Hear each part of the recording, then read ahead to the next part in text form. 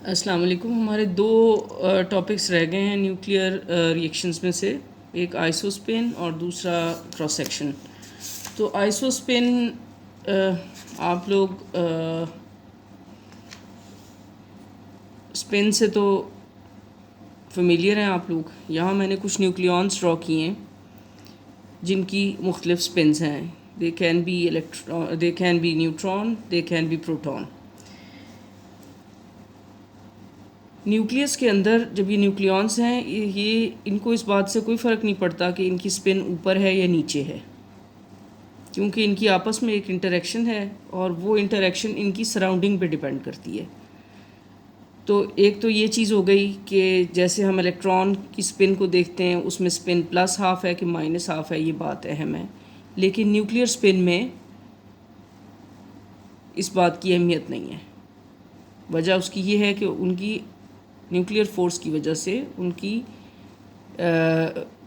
वो बॉन्डेड हैं और उनकी स्पिन अपने सराउंडिंग न्यूक्लियॉन्स के साथ कैसी है, ये बात ज़्यादा अहम है। दूसरी अहम बात ये, एक तो ये बात हो गई कि इनकी आपस में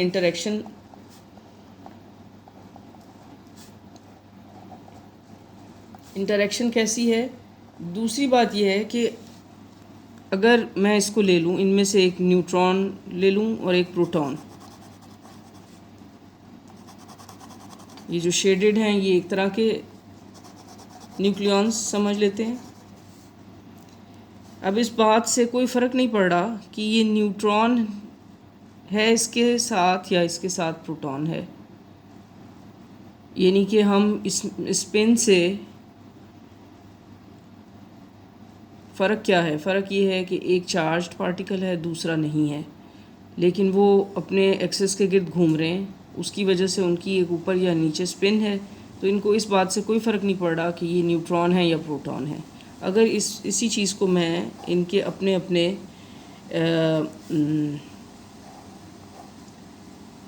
एनर्जी लेवल्स में इनको ड्रॉ करूं कि ये एक स्पिन अप है, स्पिन डाउन है, इसी तरह इधर है।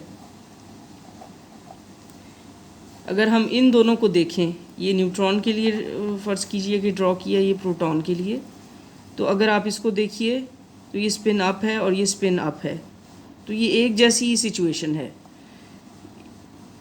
इस बात से कोई फ़र्क नहीं पड़ रहा टोटल स्पिन को कि ये न्यूट्रॉन की वजह से है या ये प्रोटॉन की वजह से है।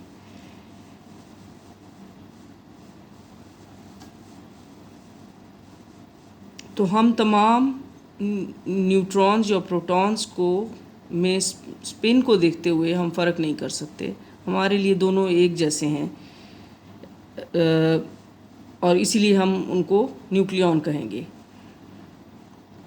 मगर जब हम इलेक्ट्रोमैग्नेटिक फ़ील्ड की बात करेंगे तब ये चीज़ अहम होगी, क्योंकि तब उसकी इंटरेक्शन एक मुख्तलिफ फ़ील्ड के साथ है जहाँ चार्ज की अहमियत है। लेकिन जहाँ तक न्यूक्लियर फोर्सेस का ताल्लुक़ है, उसमें स्पिन अप है या डाउन है हम फ़र्क नहीं कर रहे। उसमें स्पिन न्यूट्रॉन की है या स्पिन प्रोटॉन की है हम फ़र्क नहीं कर रहे। तो एक स्पिन स्टेट में हमारे पास डीजनरेसी दो है, यानी कि उसमें न्यूट्रॉन भी हो सकता है या प्रोटॉन भी हो सकता है। तो हम इन दोनों स्पिन्स को कैसे डिफ्रेंशिएट कर रहे हैं? हम कह रहे हैं कि ये सिस्टम की डीजनरेसी 2 है। तो इसका मतलब ये है कि हमें हम एक फ़र्ज़ी स्पिन तसव्वुर कर रहे हैं जिसको हम आइसो स्पिन कह रहे हैं, और इसको हम समझने की कोशिश करेंगे कि जैसे